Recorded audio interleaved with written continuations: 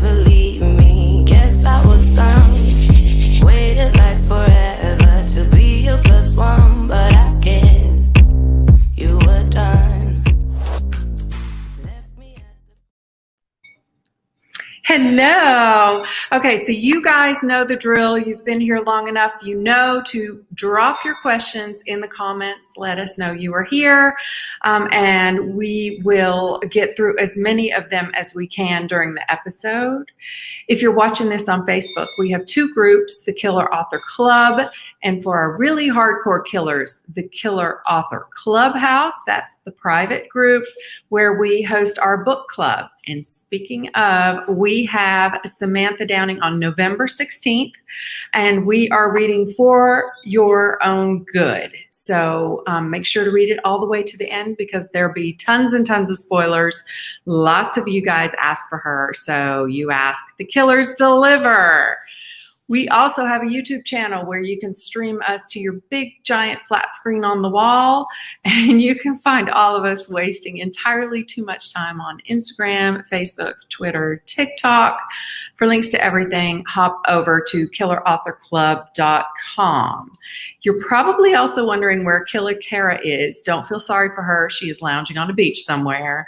So it's Killer Heather and Killer Kimberly tonight in the house with Killer Lisa. Heather, would you do the honors and introduce our guest? I would love to. Lisa Unger is the New York Times best-selling and award-winning author. Her books have been published in 32 languages and have been voted Best of the Year or Top Picks by The Today Show, Good Morning America, Entertainment Weekly, and others. Her nonfiction work has appeared in the New York Times, Wall Street Journal, NPR, and Travel and Leisure. Lisa lives on the west coast of Florida with her family. And now, Lisa, can you just give us a teeny little sneak peek into your next upcoming novel, Secluded Cabin Sleeps Six? Absolutely. Hi, guys. Thanks for having me. Thanks for everybody who's here. It's great to hang out with my two pals, Killer Heather and Killer Kimberly. Thank you. Well, you can see it behind me. And of course, like any good author, I always have my book right next to me. So when we first opened Secluded Cabin, we meet Hannah, and she and her brother Mako, their spouses, a family friend, and the friend's mysterious new boyfriend are all headed out to a secluded luxury cabin in the woods. They are looking for some much needed respite from their hectic, busy, addicted, tech-addled lives. But they're hauling with them all kinds of baggage in the form of secrets and lies. And unbeknownst to them, there is a stranger lurking in the shadows, and the stranger is running a dark agenda, looking for revenge. And meanwhile, a storm is brewing, and cell phone service is spotty, and really, what could go wrong? What could go wrong? It's so good. And we're going to talk more about the book, but for now, everybody settle in with your cocktail, and Kimberly's going to introduce your cocktail. Yes, tonight we have the Secluded Cabin cocktail, bourbon, ginger beer, which you can't go wrong with that, some bitters, and an orange peel. So Lisa, why did you choose this cocktail to share tonight? And look how pretty her ice cube is. It's because my husband's a bourbon drinker, so of course it was a bourbon drink. I picked this. This is kind of like a spin on a cocktail that my husband makes that we sometimes also call the JW, because he kind of concocted it from bourbon and ginger beer and bitters and the orange peel. And so we thought it was a perfect fit for this, because it's a little. I always think of like a brown bourbony drink as kind of being like more of a wintry drink, and so it definitely had that kind of vibe. So that's why we picked this. It looks amazing. Anything with an orange peel and orange bitters, yum. Yes. Absolutely good. Well, cheers to you, Lisa. Yeah, cheers. Cheers. Cheers to you guys. Cheers. Love your mug. product placement here. So good. Oh, sorry, that's my dog. Oh, The more the merrier. It never works. It's time for our part of our show where we have a killer question for you, Lisa. So, Secluded Cabin Sleeps Six is an Amazon editor's pick, Indie Next Pick, Library Reads Hall of Fame pick, Goodreads Editor Most Anticipated Book, BuzzFeed Fall Thriller Recommendation, Book Page Most Anticipated Mystery and Thriller, and lots more. Congratulations on the accolades, Lisa. It's been so much fun to see all the great buzz around the book. And you know I loved it, and we have a lot to talk about. But our killer question today for you is, when do you kill? So, what are you? Are you a morning killer, an afternoon killer, middle of the night? When do you do your killing? yeah, I am an early morning killer. Like my golden creative hours are 5 a.m. to noon. Which is not to say that I always get those hours. I have a kid, and Heather, you and I have talked about like the dog puking at 4 a.m. Like, when you have a family, you never know what's going to happen. But those are, as long as I get that more often than not, those hours, 5 a.m. to noon, that's really my best time. Obviously I write at other times as well, and then also my schedule over the years with my daughter has changed. So, the really important block is like kind of 6:30 to 7 to noon. And those are just, the hours where I have always done most of my writing. I've always been the person who gets up early to write, like even when I still had a full-time job. And when, again, when my daughter was really super small, sometimes I was getting up at 3 a.m., like wherever you can find that quiet time, that doesn't belong to anyone else, and where no one's knocking at the door and the phone's not ringing, and you don't have like the day-to-day sort of minutia to deal with. So I always find that time to be the most reliable for me. And I always kind of tell aspiring writers and stuff like, oh, I don't have time. I don't have time to write. And I'm always like, well, there's a couple hours that nobody wants. And those hours are from 4 a.m. to 6 a.m.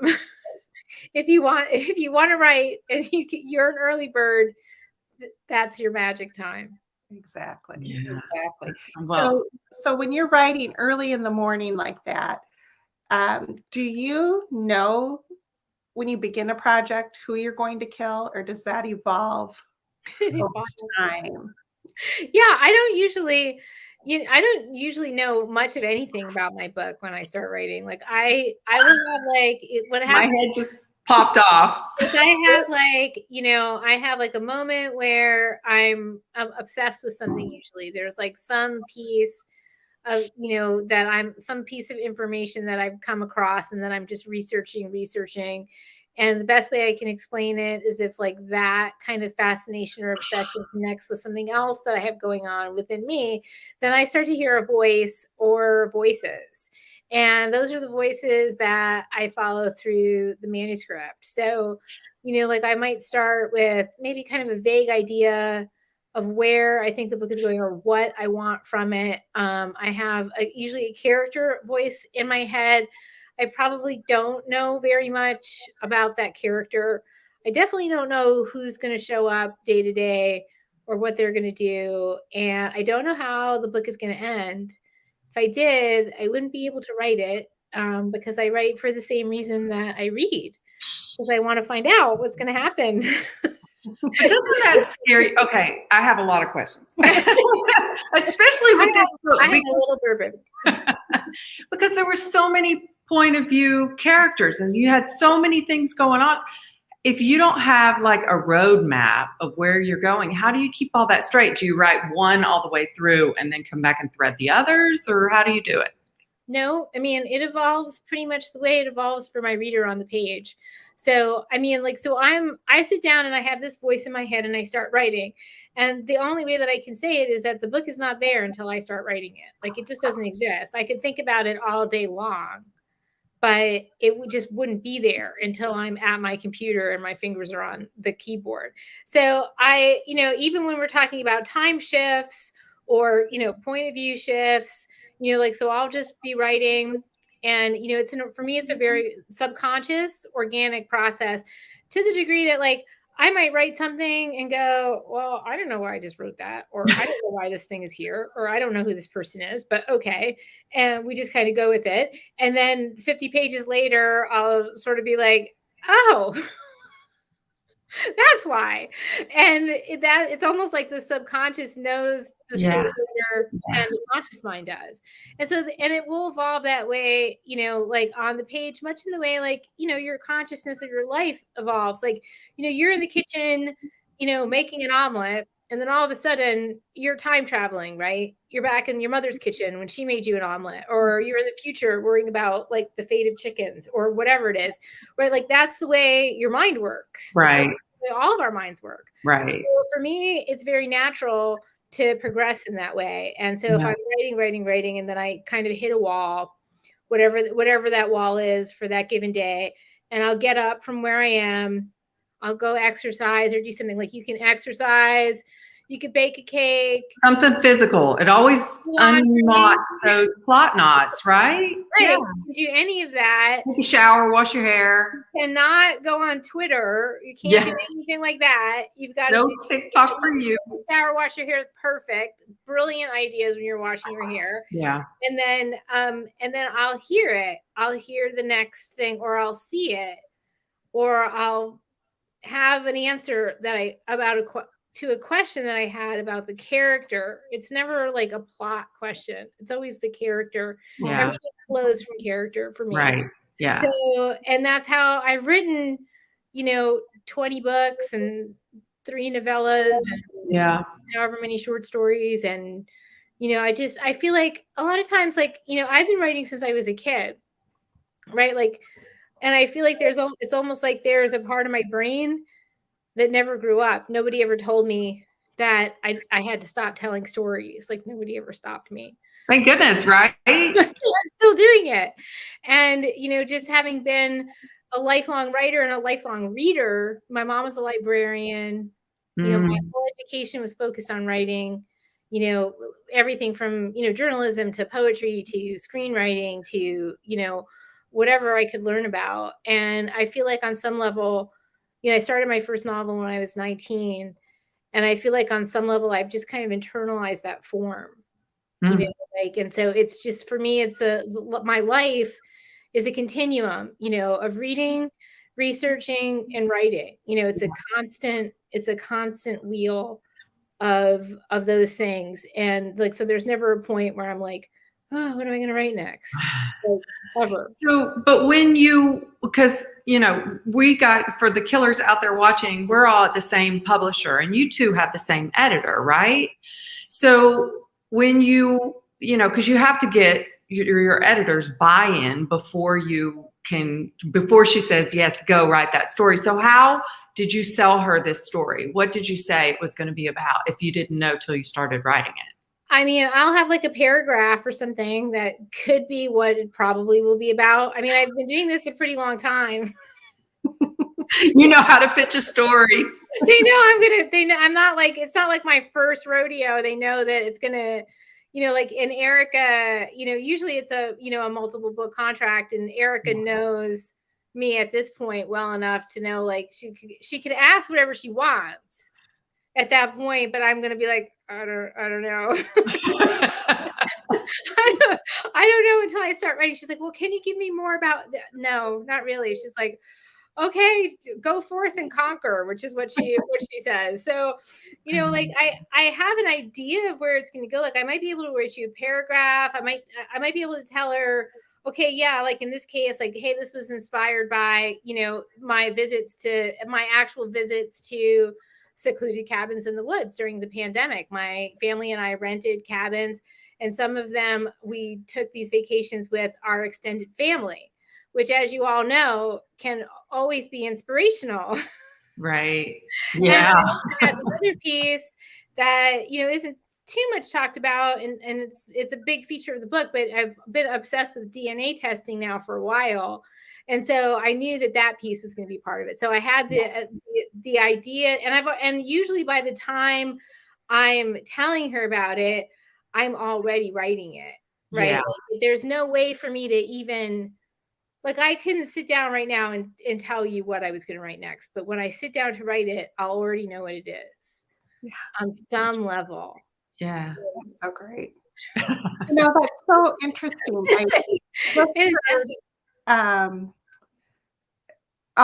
an author, Amber Tamblyn, who's an author, Yeah. actress / actress. She does it all. She was in Iowa City last night, and she has edited a book about intuition.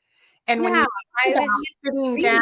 down, and so it's all these essays by these incredible women and that she knows are in her life or who she reached out to, and about trusting that intuitive part of you. And that sounds like a lot of what you do when you sit down to write. I mean, I know it's there. I believe it. You trust that the ending is going to come, because you said you didn't know what the ending was going to be. Oh, I know it'll come. It's there. I just have to find it. Yeah, that is so encouraging, I think, well, to me, and I think to writers everywhere, that, if you just trust yourself, you'll get there. And get there. I mean, of course you will. Like, how not? Yeah. I mean, like, I remember I talked at the Manhattan Center for Fiction with John Santalofer, and he was like, well, don't you ever worry that you'll write yourself into a corner? And I was like, are you kidding? I'm God. On stage, I'm God. So like, create the corners. There are no corners. I am going to print that out and put it on my wall whenever I get stuck. I am God. Seriously, like, there are no corners. And like, and you have, I think on some level, you have a contract with yourself as a writer and a reader, like your own first reader. You have a contract with your readers. You're not, you're knowledgeable about the craft. I mean, there's a craft. It's not all magic. I've been studying all my life. Every day I sit down, and what drives me is that, I believe I can be a better writer than I was yesterday. That's the thing that drives me. There's nothing else. Yeah. And so I really believe that. And so I think that, there's a craft, there's your intuition, there's your life as a reader, like somebody who's just in love with stories, not just yours, but the stories that, wonderful writers like you also write, like, so there's just a knowledge of it and a knowing in the writing that, the story's there. Otherwise I'd never have that feeling. Yeah. In my, that feeling of like, okay, this is it. I'm writing. Yeah.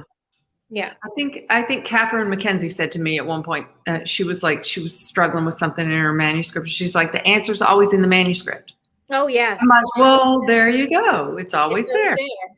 It's always there. It's there, and it's in what you're feeling on any given day, like whatever you're struggling with on any given day, like whatever you're struggling with creatively, whatever you're struggling with in your life. Yeah. Whatever big feelings you're having, like whatever, is it anger, is it sadness, is it grief, is it, whatever you're struggling with in your day, that probably has something to do with what's going on in your manuscript. And, if you're living an authentic life and you're living the way you want to live and you're writing authentically from a very center place, then that's your path. Always. You are so wise. So wise. I'm going to go back and watch this next time I hit a roadblock in my book. Yeah. And call me anytime. Yeah. Well, and Lisa, it's always therapy, right? It is. I mean, and I got to talk about the writing community. All of the writers that I'm lucky enough to be around, so supportive and helpful, and because life happens, right? And things get tough, and writers are there for each other, which is amazing. Yeah. Which brings me to probably was it 3 years ago, maybe the beginning of the pandemic, when everything. Oh, yeah, you're right. It was only like 3 years ago. It was definitely 2020. It was definitely 2020. So just over 2 years. I mean, it would have been 2020. So 2 years ago. Going on 3. Going on 3. It seems like, honestly, Heather, it seems like 100 years ago. It does. 100 years. And That's how long the pandemic has been. I did an author, one of the first Zoom events that I'd ever done. It was one of the first ones, like, ever, like, that any of us had ever done. Like, it was I know all where new. this One is of us were like, going. we were like, what's Zoom? What's Okay. Zoom? And okay, I'm going to do my book launch from there because everything was canceled. So it was you and probably, I don't know how many other of our. There was a lot because Mary was there too. Yes, Mary and Lucinda. JC And we all had promoted it, and it was brand new. Like, nobody was doing it, and everybody was home. So there were a lot of people on that. There were a lot, including my mother and my daughter, and mom and dad. And well, the punchline is we were porn bombed live on Zoom. Yes. And I remember hearing about this. It was, it was bad. Like, there are things that you cannot unsee. It would have been bad enough if it was just once, but then we kind of like cleared out and thought we'll try again, and then they were right back at it. So we got it like ended it quickly as possible. I was like in tears, and it was the first one to call me. It's like, are you okay? Are you okay? You and Erica called me. Like, are you okay? I'm like, I don't think I'm okay. I don't think I'm okay at all. But I was. I was like, this is the best book event ever. Like, literally, like, there's never been a more interesting book event ever. I can totally. I bet people are still talking about it. Yeah. Yeah. Oh, I have another favorite story too about our last time when we were on together. Do you know what I'm going to talk about when we did the BNN midday mystery thing? Yeah. And so I did my speed round at the end of my interview. Yeah. And I asked you, go out and party all night or Netflix and chill. Okay. Let me just go out there. Let me put it out there and say that I had no idea what that meant. I just meant. Wait, how old is your daughter? Right. Well, she told me after. Well, right. And so we were talking about. She didn't know either. We were talking about it, and somebody entered into the chat. They said, "I don't think you ladies know what you're talking about. You don't know what Netflix is." Obviously not.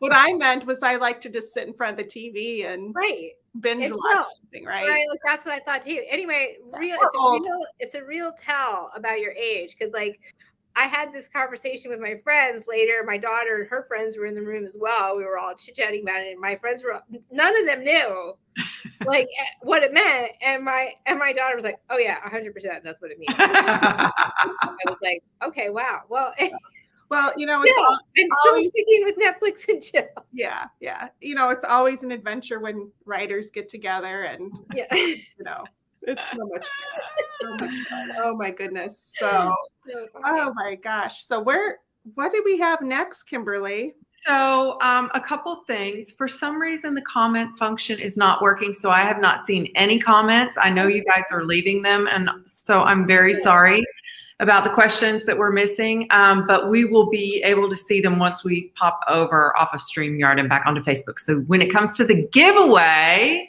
which we are coming to now. Yes. Getting there.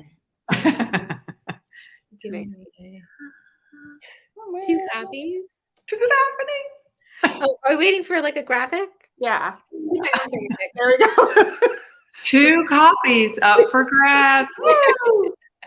There it is. Oh, and it's so cute too. Spiders. Yeah, we definitely, that was worth the wait, Heather. Oh, we had to find it. Graphics maven. That was great.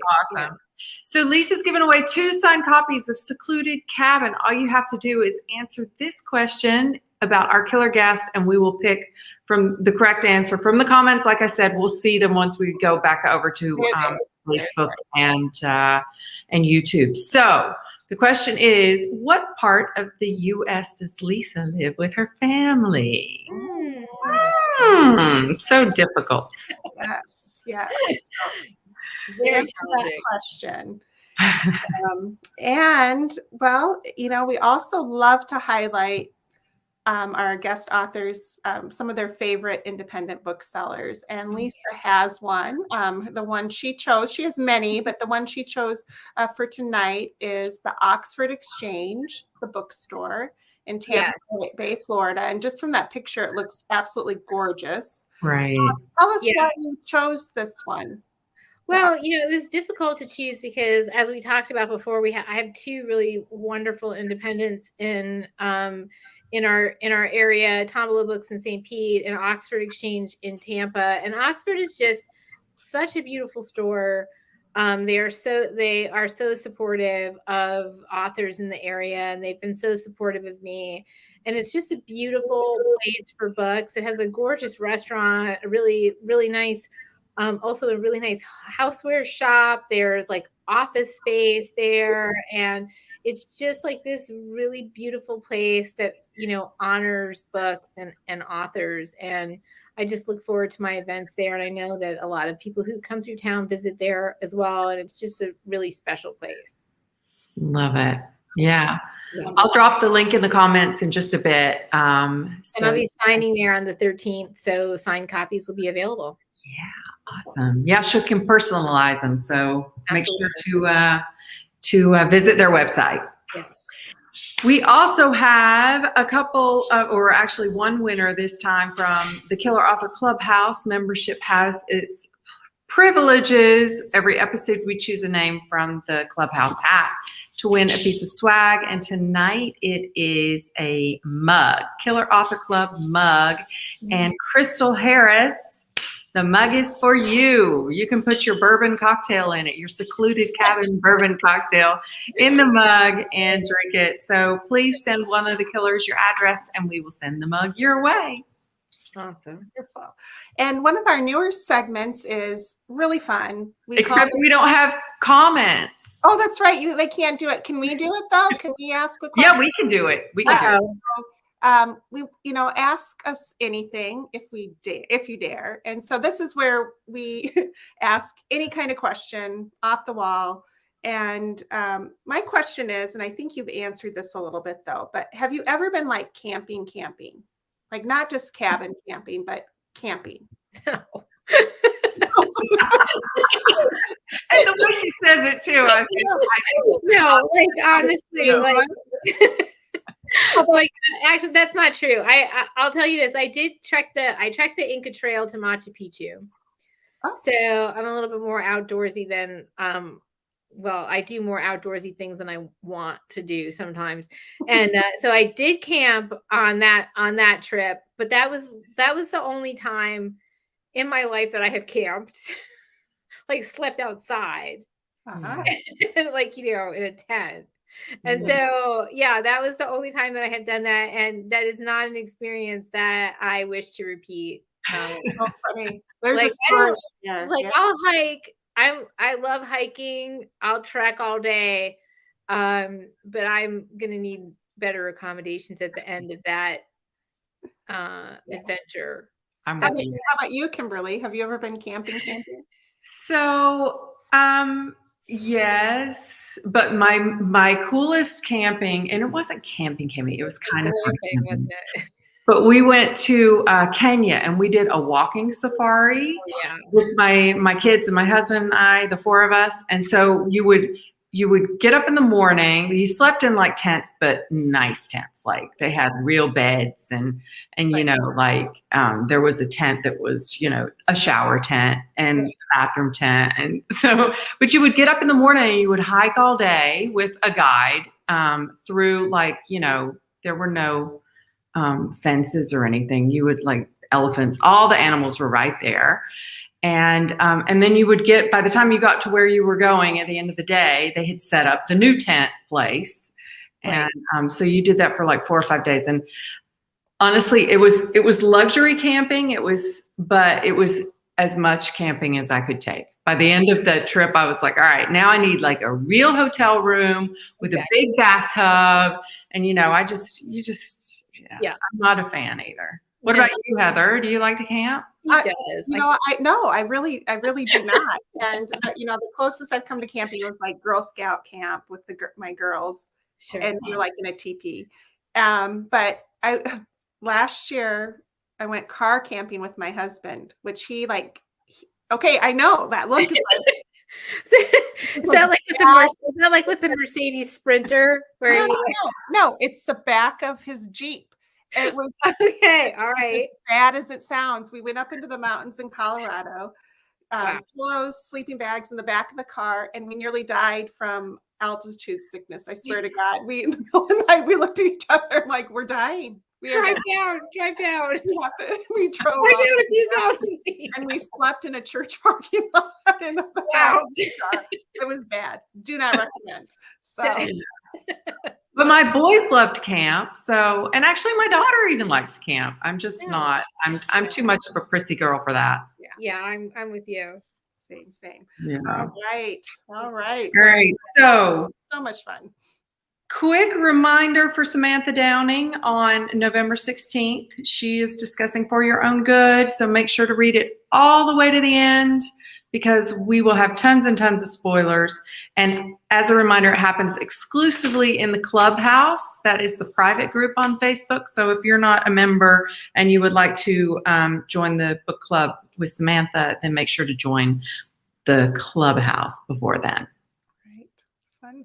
Also, Lisa, every guest who makes it to the end of our show gets a little reward.